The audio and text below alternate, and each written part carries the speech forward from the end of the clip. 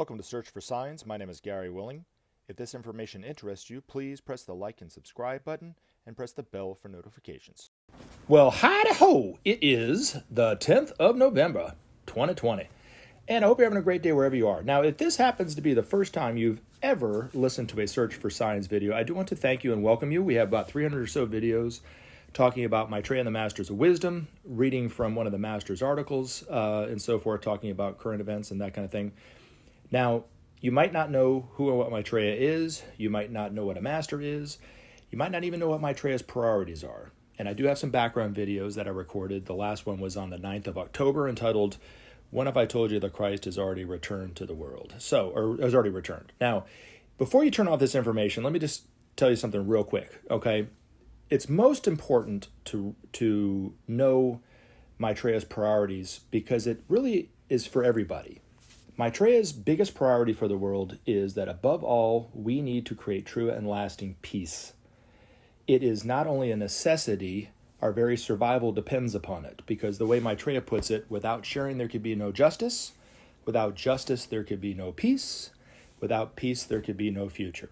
So, if you're totally turned off by what I said, feel free to click off the channel, get on with the rest of your life, and I do thank you for checking out at least this much of this information. Now, if you're interested in hearing a little bit more, perhaps I could explain to you what the principle of sharing is, a little bit more about Maitreya's priorities and so forth, and just kind of dive on into the discussion, because we have a lot of people asking questions, making comments about this information that helps us to get to the bottom of this for each one of us, for each one of ourselves, to find the truth of it for ourselves. So hopefully that will help.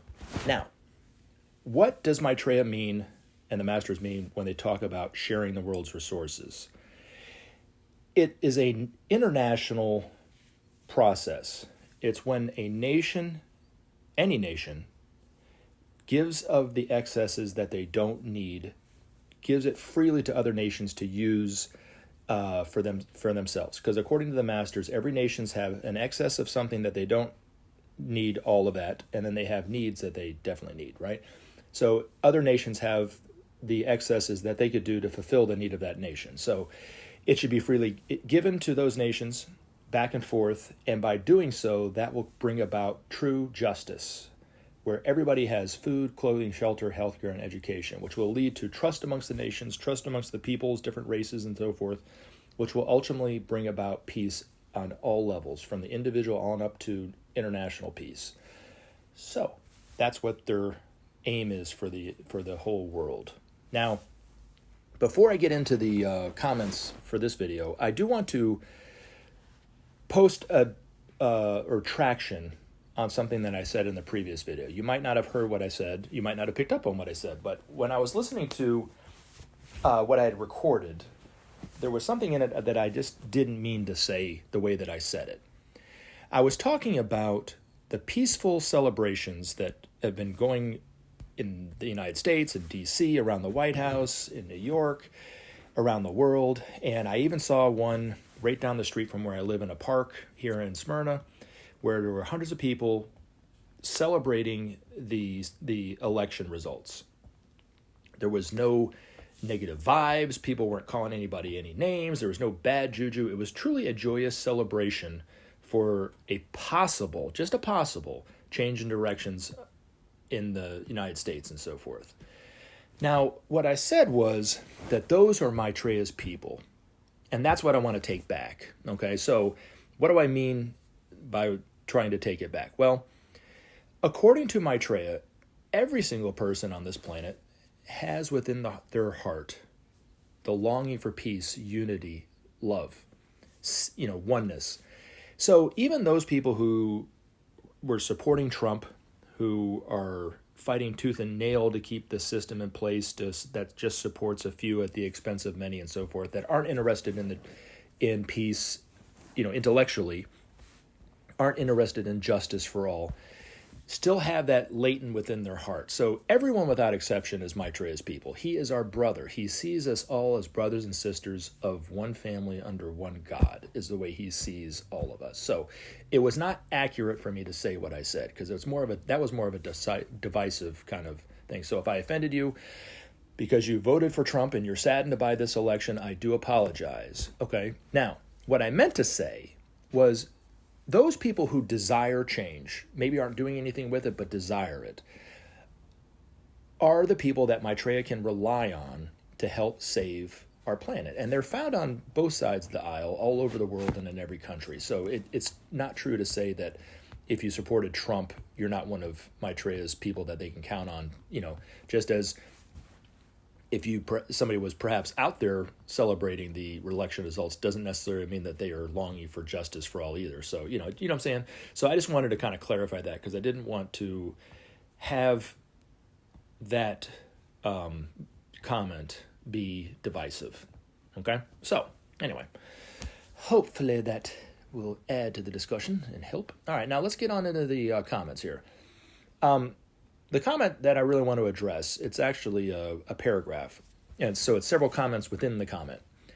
And the gentleman who is commented in the last video and in the video before that. So he's kind of adding some clarification to his view on why he talked about what he's talked about. So, but I think there's a lot to this that we can kind of, get some more information about the Masters of Wisdom and their priorities and so forth. So that's why I'm addressing it. Now, he says, I'm not pro-Israel or pro-Zionist. I have an unfavorable view of Israel. My concern with Alice Bailey's comments is that it could be linked to an end-time cult that would trigger an apocalypse. I posted that clarification earlier, but it was deleted, maybe because I included some controversial historical events in it. It seems like that they could be linked to me. That is what I find concerning about her anti-Zionism, not that I myself am pro-Zionist. Also, I want to add I'm not a Christian either. I used to be, but I don't believe in the Bible anymore. I do believe in meditation, and I believe in paranormal things like telepathy and ghosts, so my religious beliefs are probably closer to New Age than to Christianity. So my concern with Bailey's beliefs does not have anything to do with believing in Christianity either. Okay, so first thing I want to say, Paul, I want to comment about that. I posted the clarification earlier, but it was deleted, maybe because it included controversial historical events in it. I moderate my channel, and nobody else does. Okay, so I never saw any comments that you posted, and I've left up every comment that I've seen that you have posted, so I didn't delete it off. If there was a link to another channel or a website, perhaps, that goes right into my spam folder, because I set up in my settings that I didn't want people being able to post links without me being able to look at it, because people will troll your channel and put links up all the time about different things. So I went through my spam folder. I went back several weeks and I didn't see anything. So I don't know what happened. I've never heard of YouTube doing such a thing on its own. I've heard of them deleting channels that they consider to be controversial.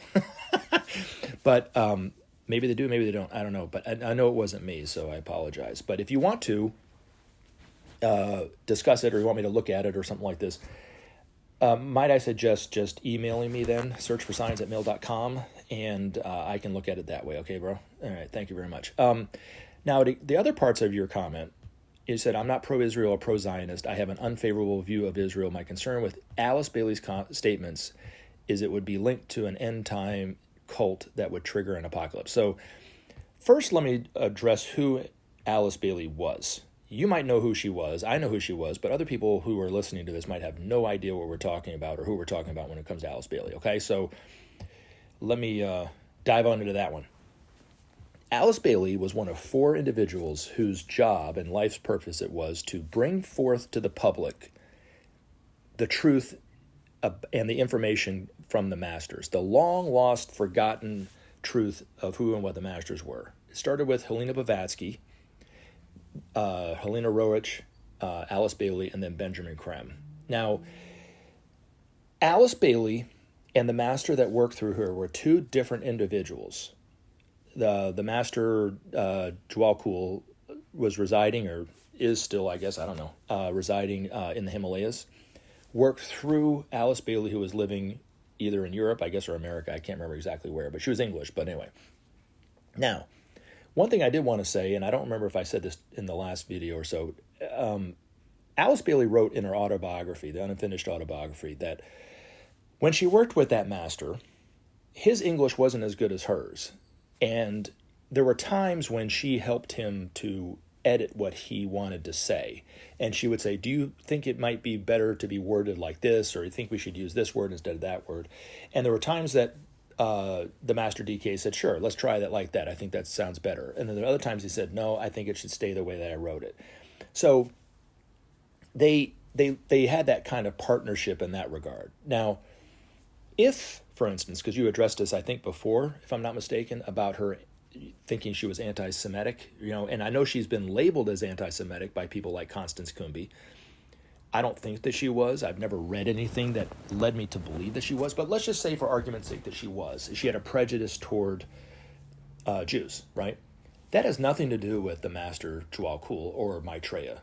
They try to pin it on it because she's, quote unquote, the spokesperson for the Masters, and she was, right? Therefore, they must go along with everything that she's about, right? That's not true. I mean, look at, she was a very advanced disciple, very advanced. She is what's called a third-degree initiate. She's 3/5 of the way to becoming a master. There's only about 2,000 or 3,000 people on this planet at this moment in time that are at that level. Historical figures like the Apostle John, the Apostle Paul, Peter, Abraham Lincoln, to bring it more into modern times, more mainstream kind of, now, Bach, Beethoven, Rembrandt, let's see, who else? Mozart, to name a few, Winston Churchill, were all third-degree initiates. Very, very powerful in what they did. Her work might not be quite as recognized or as accepted as somebody like the Apostle John, but her influence on the world and far into the future will be just as influential, if not more, to some degree, right? Because of the knowledge that she's presenting to the public about the Masters. It's important. It's important for our future, really. But, even the Apostle Paul, who was a third-degree initiate, had prejudices towards women, had prejudices towards, other, people and so forth, that the Masters don't share that view. But yet he was a very, he was a great initiate, but yet his prejudices have led, and because of who he was and the level of evolution that he was, because of his prejudices and his slants toward looking at things, it influenced a lot of people to have the same kind of prejudices. And that's the reason why I think women have been held back for centuries, was based on a lot of what they read in the Bible, which was written in there by Paul, which was written in there because he had those prejudices. So, but the Masters still have to work through them, and they allow them to be like that. Why? Because the Masters don't infringe upon anyone's free will. None. And, I told this story one time that when Benjamin Creme was working with his master, he was discussing some esoteric teachings with Ben, and then Ben would reiterate to him what he thought he meant, the master meant. And his master would say, that's it exactly. And then he would go on again, and he would, they would talk about something else, and he goes, is that it? And he goes, yes, that's it exactly. And it started to kind of bring about a suspicion that there might be a teaching in what his master was saying and why he was saying it's that exactly, because he kept saying that, he kept answering him in this exact same way. So he rephrased, I guess, his question, and his master said, that's it exactly, how you see it. So they don't, they relate to us so much different than we relate to each other. They have so much more patience and with working within the law of cause and effect and the law of harmlessness that we don't have a real understanding of it yet. So it seems kind of odd that they would do that, but they do. But, Alice Bailey, like I said, Alice Bailey was very, very, very advanced. And, it's said in the Bible, one point I want to bring up about this, so I'm kind of glad we're talking about this, is everyone's heard the saying, out of the mouths of babes, right? It's a biblical passage. A lot of people attribute it to the end times, that I guess that there will be a moment in time when infants, maybe under the age of 6 months or a year or so, will start to speak in complete sentences from the crib, in the cradle, and, talking about maybe Jesus coming back from the clouds or something, and there'll be some kind of inspirational teaching coming from these babies, right? Well, that's not why it was written in there. It's an esoteric truth about the babes in Christ. And the babes in Christ, from the master's point of view, the babies in Christ and with the Christ principle within their heart, are those individuals who have taken the first two initiations. The first initiation is depicted in the Bible as the birth of Jesus. And then the second initiation took place many years later when Jesus was an adult, when he was baptized by John the Baptist. So the baptism. But historical figures that have taken those two initiations would kind of maybe give it some reference to what I'm talking about. Einstein, Martin Luther King, Gandhi, Madame Curie, Picasso, John F. Kennedy are 6 historical figures that have taken the second initiation. And you can look at the influence that they had on not only their time, but in whatever field they were in, but the future. Long after they have died, they are still influencing, whatever they did. Like Picasso, still influencing artists even to this day. It's hard to paint something in a modern style without thinking about Picasso in some way, because he was that influential.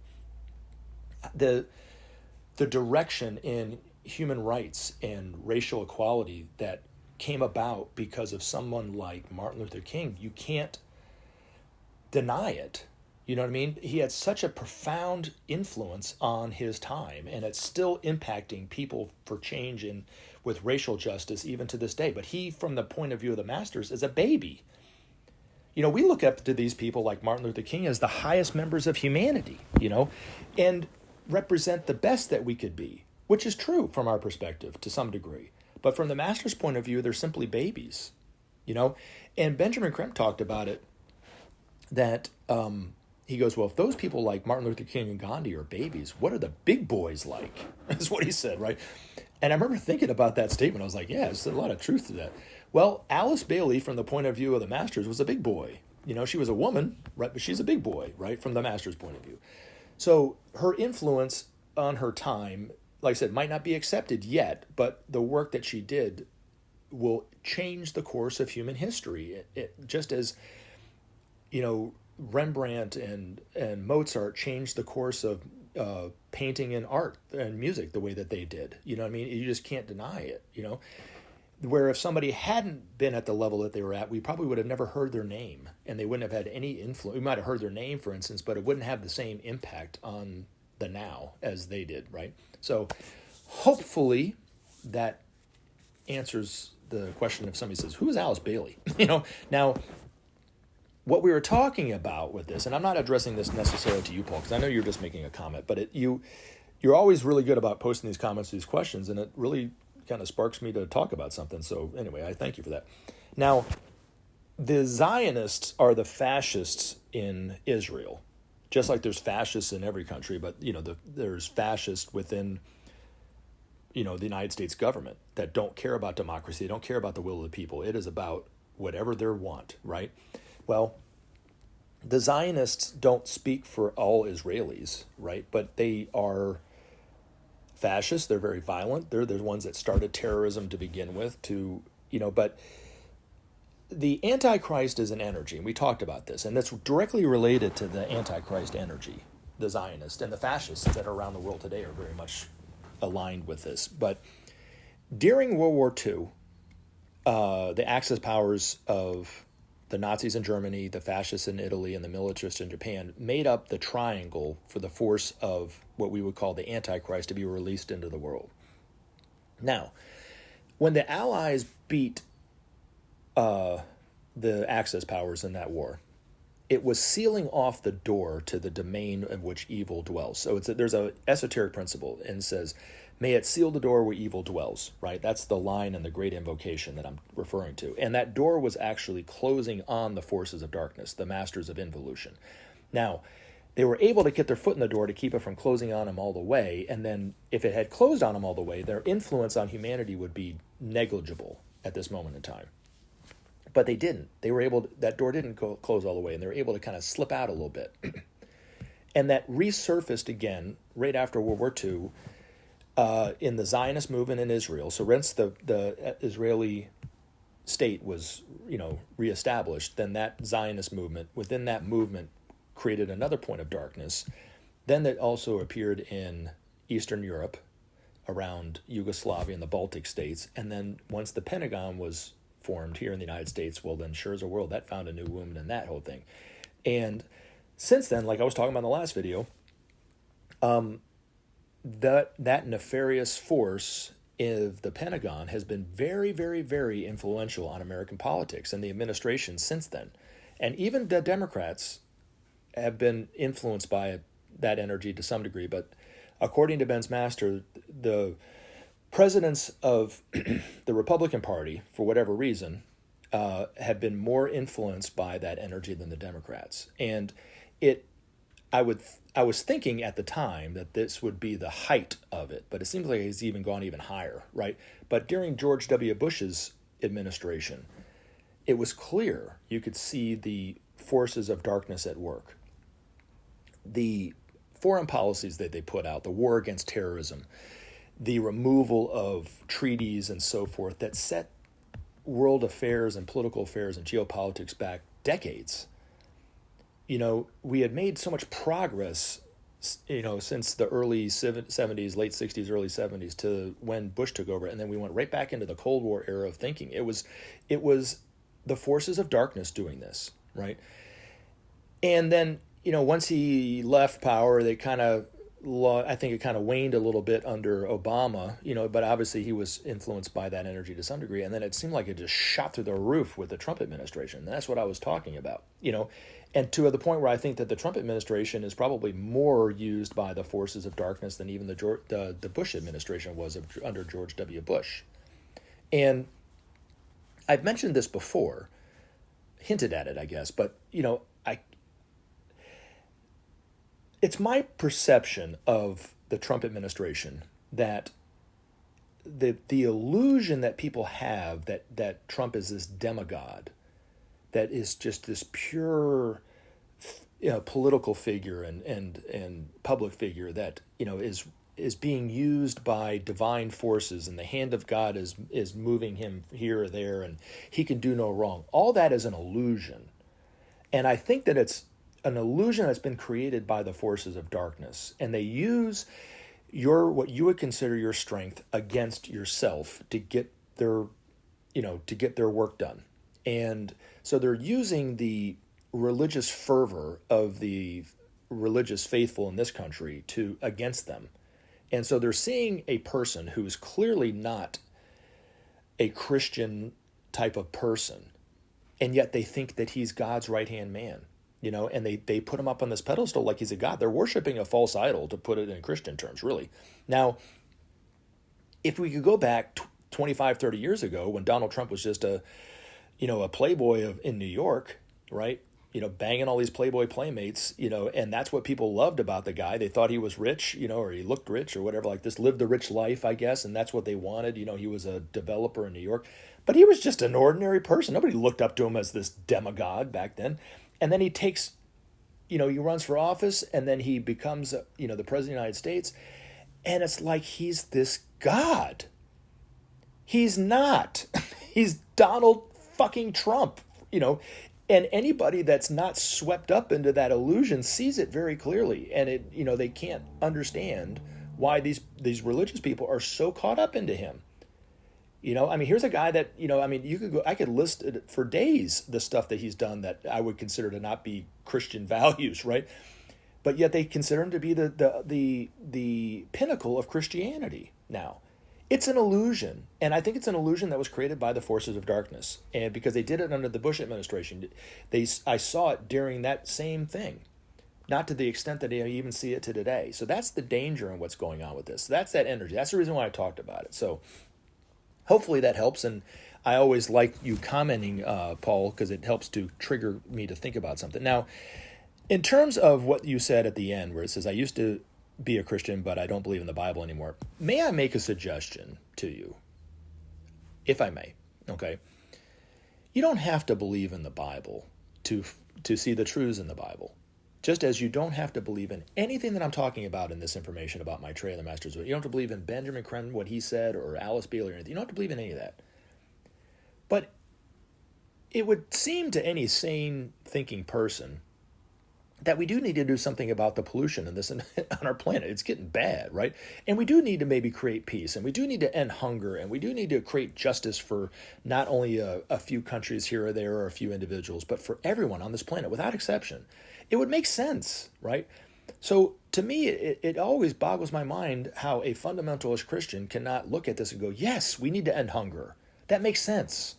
That's a Christian value, right? It might come as some surprise to you who listen to me from time to time that I do from time to time attend church. And I've been to some very fundamentalist Christian churches in my lifetime. I've gone to the First Baptist Church of Atlanta, if you've heard of it. It's a huge church. And he's on TV all over the world. His name is Charles Stanley. He's a pastor there. And I can sit there and listen to him and understand, with what I know about Maitreya and the Masters of Wisdom, with my own experiences, having the faith in what I believe to be true, right? I can still go and listen to a very fundamentalist person like Charles Stanley and take what he says, or some of it, or all, most of it, or whatever, take it to heart and apply it to my life and see the value in it. I'm not a hater on Charles Stanley because he believes something different than me. But yet there are people who would go to the First Baptist Church of Atlanta that would be a hater on what I say. You know what I mean? And all I'm trying to do is say, look, we need peace. You know what I'm saying? We have to do it. Maitreya says, without sharing, there could be no justice. Without justice, there could be no peace. Without peace, there could be no future. Now, even if there's no truth to who Maitreya is, that makes sense. That saying makes complete and utter sense. It's a very simple path to peace, right? So focus on that. You know what I'm saying? But it just, like I said, just boggles my mind, And in terms of the Bible, for me, for instance, I don't believe in creationism. So I don't believe that Adam and Eve lived in the way that they lived. I don't believe the Antichrist was meant to be written in there as an individual. I don't believe in some of the other things that people take literally in the Bible. I think they're more symbols, maybe to learn, that kind of thing. But to me, in my humble opinion, the most important teaching in the Bible is what Jesus said, what you sow shall you reap. So simple, so basic, that most theologians today don't even talk about it. I've never heard Christians discuss this in discussion groups. I never talked about it when I went to Sunday school when I was a kid. And all the times I've been to churches, in different churches around the world and so forth, been hundreds of times. I've never heard a preacher or a pastor talk about it, that what you sow shall you reap. It's the law of cause and effect. And then even say something like, it's the same as what's written in the Bhagavad Gita, the law of karma. Never once have they ever related the two, or they've even mentioned it. It's always about the rigor and the ritual and the dogmatic view of the Ten Commandments, and that Jesus is the only true Son of God, and if you don't believe in who Jesus Christ is as the only true Son of God, you're going to go to hell for an eternity. That's what they talk about. And then they talk about variations of it thereof, right? But never. But to me, like I said, it's the most important thing that is in the Bible. So it affects everyone's life moment to moment. I mean, getting back to Trump, right? He came right out of the gate talking about how the media is fake news, they're this, they're a disgrace, they're this. But yet he wanted them to love them. It's ignorance to think that putting out that kind of negativity would get somebody to respect and love you and admire you in return. It's not going to happen. And the United States thinks that they can promote all these violent and conquering type of foreign policies, but yet create peace. It's an illusion. It's never, ever, ever going to create peace. It's only going to create more violence, more instability, more economic cost, more cost towards people's lives and injury and so forth, and pain and suffering. That's the only thing it's ever going to cause, because that's the only thing that it's ever caused. But they don't relate the two, because it's not taught in the Christian churches. What you sow, so shall you reap. Maitreya is going to talk at great length about the law of cause and effect, to live within that law, to live harmlessly. Because when you live harmlessly, whether you're an individual or a country, you will start to see that your life will be more harmless, and there will be less violence come towards you, and less negativity coming towards you, that kind of thing. People think that they want love in their life. They want to find the love of their life, or they want people to love them, but yet they're critical, they're hypercritical, and they're angry, and they're hate, and they this. you don't get love when you put out those kind of emotions. You get anger, hate, distrust. You know, I mean, we build and create our own lives moment to moment. That's the law. That's what Jesus was talking about, right?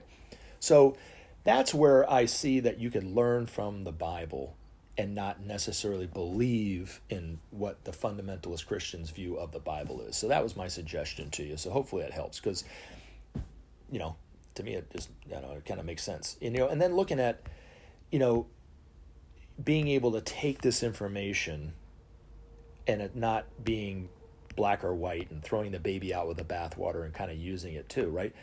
You know, a big right-wing conservative value that they promote politically is Roe v. Wade. They want to end abortions on this in this country because they consider themselves pro-life, right? I have no quarrel with that. But what I do have a quarrel with is people who consider themselves to be Christian to have that view not be pro-life about everything. They're only pro-life about that. You can't truly say you're pro-life if you don't want the end hunger in the world and are working toward that. You can't call yourself pro-life and allow executions to happen. You can't be pro-life and want more war. You can't be pro-life and not want justice for everyone, and you only want justice for either you or just your country. It is not true. So you know, be pro-life, but be pro-life for all those other things, to end hunger, to end war, to create peace. That should be pro-life. Be pro-life to end pollution on this planet so we can have a life. You know, that is pro-life. Then we talk about the abortion issue if you want. You know what I mean? But it's just, you can't separate it. And that's what fundamentalists do all the time. And that's what creates the schisms and the problems in the world. Anyway, so I went off on a tangent about that. But Paul, as always, you get me talking.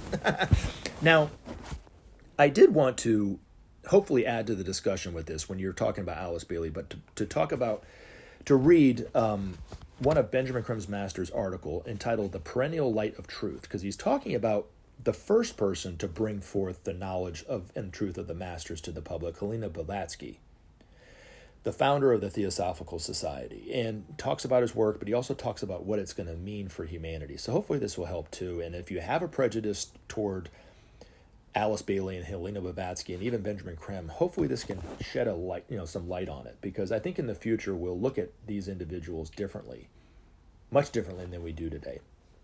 But anyway, this is what he said. One day in the winter of 1875, Helena Petrovna Blavaksy, one of the founders of the Theosophical Society, made a vow to spread by every means in her power the teachings which she had received from several masters of the Himalayan lodge of the spiritual hierarchy of our planet.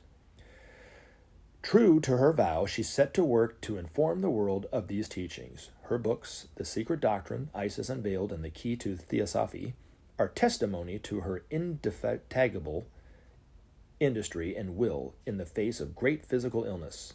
These seminal works have informed and inspired many thousands of true seekers over the years and continue to do so. The general reception of these precious insights was altogether different. Seldom have the working gifts of a great initiate been so denigrated and ridiculed, and especially by the religious and scientific communities of the day. Even now, after 135 or so years, Blavatsky is regularly dismissed as a charlatan, a spiritual medium, and a quote-unquote dishonest faker. So vehement and so worldwide was the condemnation that much of this negativity still clings to her name and to Theosophy itself. Madame Blavatsky was 4.0 degrees initiate, almost a master, equal to the level of the disciple Jesus and close to that of the great Leonardo da Vinci. How is it possible that such a distinguished toiler for the good, could be so maligned? Jesus himself is a prime example of how ignorance and fear can dominate the perceptions of men. Even while overshadowed by Maitreya the Christ, Jesus was made to suffer from these twin attributes of thoughtless men. Today the world is grappling with many problems, and predictably schisms have arisen in assessing these problems and in overcoming them. Men and women everywhere have different qualities of mind and brain, of openness and otherwise to ideas new and unfamiliar. They also stand at different points on a ladder of evolution, and from near the bottom of the ladder, the work and insights of many of those above them mean little or naught. Thus has it always been. From now on, however, this age-old problem will be ameliorated to the benefit of all. The presence of Maitreya and a growing number of his group of masters will bring to humanity a great leavening. Much of the simpler levels of the ageless wisdom teachings will be placed before the world as a whole, drawing more and more of the general public into theosophy and its teachings. This will help to prepare large numbers to stand before the initiator and to enter consciously into the light. In this way, many men and women take advantage of this new situation, will prosper greatly on their journey of evolution. When Maitreya steps forward, this process will begin. More and more as they respond to him, they will find growing within themselves an appetite for the truth and a longing for Remember wisdom to take action and light. and help SOP save our planet. Thanks for listening, and we look forward to talking to you again in future videos.